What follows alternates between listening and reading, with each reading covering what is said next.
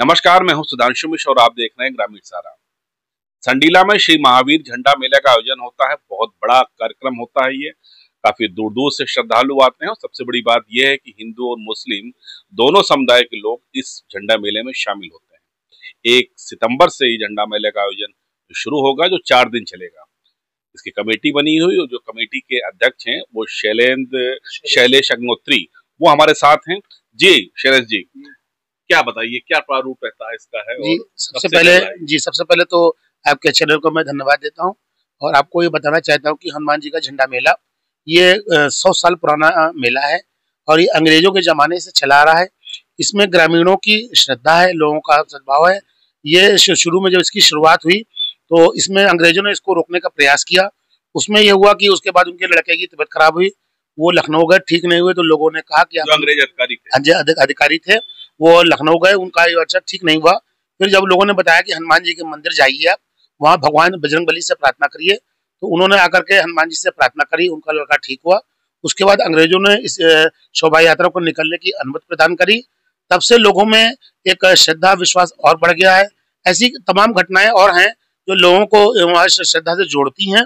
इसलिए इस मेले में हमारे उत्तर प्रदेश के अलावा भारतवर्ष के अन्य प्रांतों से भी झंडे आते हैं। हमारे हिमाचल प्रदेश से, झारखंड से, बिहार से लोग भी श्रद्धालु भक्तजन में भाग लेते हैं और इस सैकड़ों के गांव से झंडे लाने वाली क्या परंपरा है? झंडे की परंपरा ये है कि हनुमान जी के प्रति ये श्रद्धा भाव।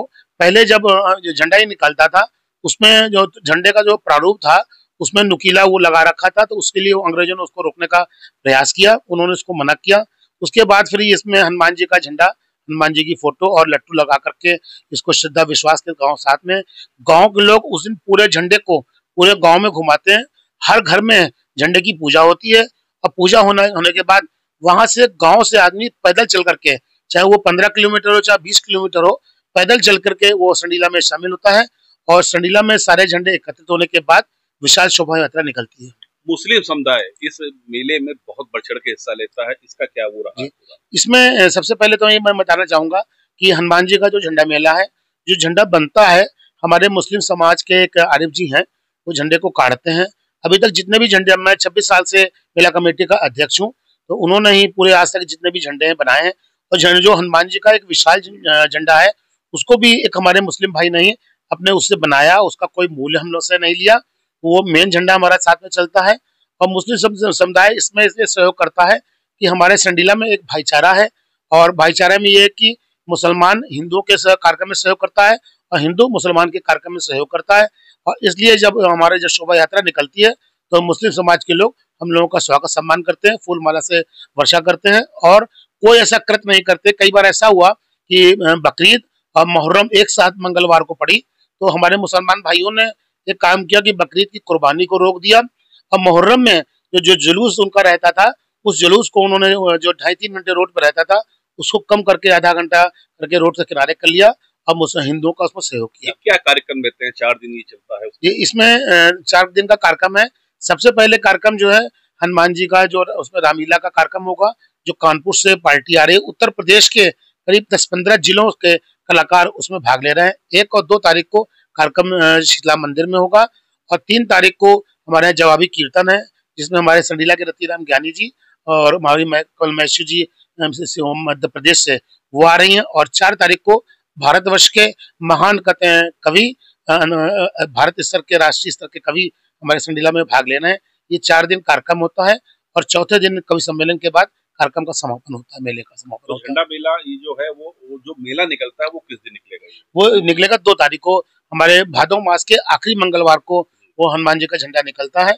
उसमें सबसे पहले 8 बजे से भगवान हनुमान जी की पूजा पाठ होती है, जो करीब 4.5 घंटे चलती है।